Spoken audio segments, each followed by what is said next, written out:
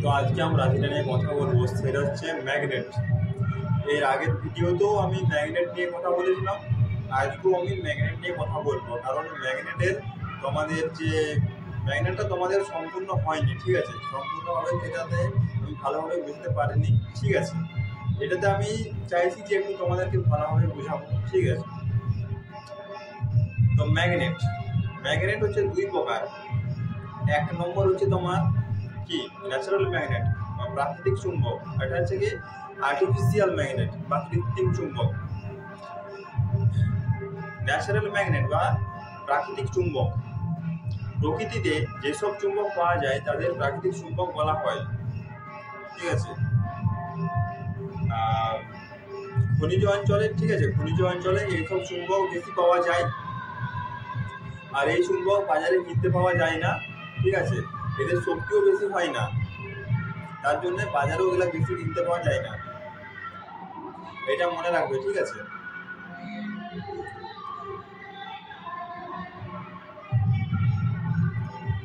আর হচ্ছে তোমার ম্যাগনেসিয়া নামক অঞ্চলে এরকম প্রচুর পাথর পাওয়া যায়, যেগুলোকে ম্যাগনেটাইট বলা হয়। যেটা বর্তমান নাম হচ্ছে ম্যাগনেট। কি ম্যাগনেটাইট ছিল, সেটাকে নাম পরিবর্তন করে কি নাম রাখা হয়েছে? ম্যাগনেট। এই তোমার প্রাকৃতিক চুম্বক বা ন্যাচারাল ম্যাগনেট এর উদাহরণ হচ্ছে লোডস্টোন, দিগদর্শন, প্রদর্শন প্রস্তর ইত্যাদি, ঠিক আছে। তারপরে যাব আমরা আর্টিফিশিয়াল ম্যাগনেট বা কৃত্রিম চুম্বক। আর্টিফিশিয়াল ম্যাগনেট কোনগুলো? নিডল ম্যাগনেট, হর্সু ম্যাগনেট, বার এন্ডেড ম্যাগনেট, ঠিক আছে। তারপরে বলফিন ম্যাগনেট, ঠিক আছে। আর্টিফিশিয়াল ম্যাগনেট মানে যেগুলো মানুষ বানিয়েছে, মানুষ তৈরি করেছে, সেগুলোকে আর্টিফিশিয়াল ম্যাগনেট বলা হয়। আর্টিফিশিয়াল ম্যাগনেট হচ্ছে দুই প্রকার। আর্টিফিশিয়াল ম্যাগনেট কয় প্রকার? দুই প্রকার। একটা হচ্ছে তোমার পার্মানেন্ট ম্যাগনেট এবং আরেকটা হচ্ছে temporary magnet or electromagnet. Permanent magnet কোনগুলো? আমি বললাম যেগুলো মানুষ বানিয়েছে সেগুলো হচ্ছে পার্মানেন্ট ম্যাগনেট, ঠিক আছে। এগুলো তোমরা একটু মনে রাখবে, ঠিক আছে। আমি জানি তোমাদের পড়তে অনেকের অসুবিধা হয়, ঠিক আছে, কিন্তু পড়াশোনা আমাকে করতে হবে, ঠিক আছে। পড়াশোনা না জানলে আমরা কোনো কিছু কাজ করতে পারবো না, ঠিক আছে। তাই তোমরা অবশ্যই ঘরে 1 ঘন্টা 8 ঘন্টা হলেও তোমরা বই পড়বে, ঠিক আছে। কোনো কাজ নাই, বই পড়ো, ঠিক আছে। বই পড়তে হবে, মানুষকে না বই পড়লে তোমরা সবকিছু জানতে পারবে না, বই অবশ্যই পড়তে হবে, ঠিক আছে। হ্যাঁ, যেটা বলছিলাম, আর্টিফিশিয়াল ম্যাগনেট দুই প্রকার, একটা হচ্ছে পার্মানেন্ট ম্যাগনেট এবং আরেকটা হচ্ছে টেম্পোরারি ম্যাগনেট আর ইলেকট্রোম্যাগনেট। পার্মানেন্ট ম্যাগনেট যেগুলো মানুষ বানিয়েছে সেগুলো হচ্ছে পার্মানেন্ট ম্যাগনেট, ঠিক আছে। এগুলো তোমরা মনে রাখবে, ঠিক আছে। মানুষ যেগুলো বানিয়েছে সেগুলো হচ্ছে পার্মানেন্ট ম্যাগনেট। যেমন এই যে বললাম বার ম্যাগনেট, হর্সু ম্যাগনেট, বল এন্ডেড ম্যাগনেট, ঠিক আছে, এগুলো হচ্ছে সব পার্মানেন্ট ম্যাগনেট। আর ইলেকট্রোম্যাগনেট, টেম্পোরারি ম্যাগনেট ও ইলেকট্রোম্যাগনেট, যেটা ইলেকট্রিসিটির মাধ্যমে ম্যাগনেটাইজ করা হয়, আবার যখন ইলেকট্রিসিটি বন্ধ করে দেওয়া হয় তখন সেটা ডিম্যাগনেটাইজ হয়ে যায়, তখন তার ম্যাগনেটাইজ প্রপার্টি তার থাকে না, ঠিক আছে।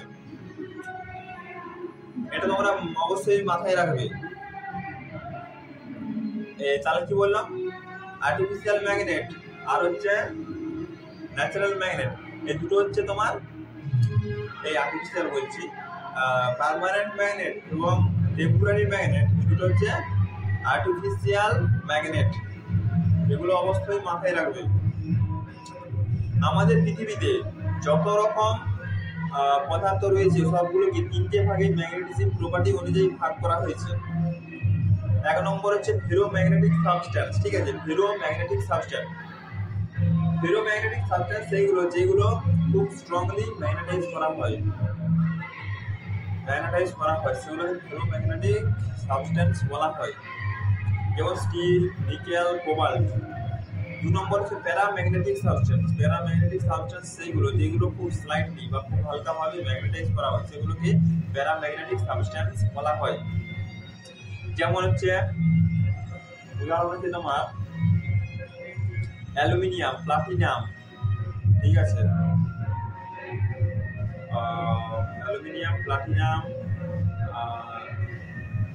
কপার, ম্যাঙ্গানিজ, এগুলো হচ্ছে তোমার প্যারাম্যাগনেটিক সাবস্টেন্সের উদাহরণ। ঠিক আছে, তারপর 3 নম্বর হচ্ছে তোমার ডায়াম্যাগনেটিক সাবস্টেন্স। ডায়াম্যাগনেটিক সাবস্টেন্স সেইগুলো যেগুলো ধরতে চায় না বা আকর্ষিত করতে চায় না, সেগুলোকে ডায়াম্যাগনেটিক সাবস্টেন্স বলা হয়। উদাহরণ bismuth, sulphur, graphic, glass, paper, wood, etcetera, এগুলো হচ্ছে ডায়াম্যাগনেটিক সাবস্টেন্সের উদাহরণ। এখানে তোমাদের মনে রাখতে হবে এয়ার হচ্ছে প্যারাম্যাগনেটিক সাবস্টেন্স এবং ওয়াটার হচ্ছে ডায়াম্যাগনেটিক সাবস্টেন্স। ঠিক আছে, তাহলে আজ এই পর্যন্তই।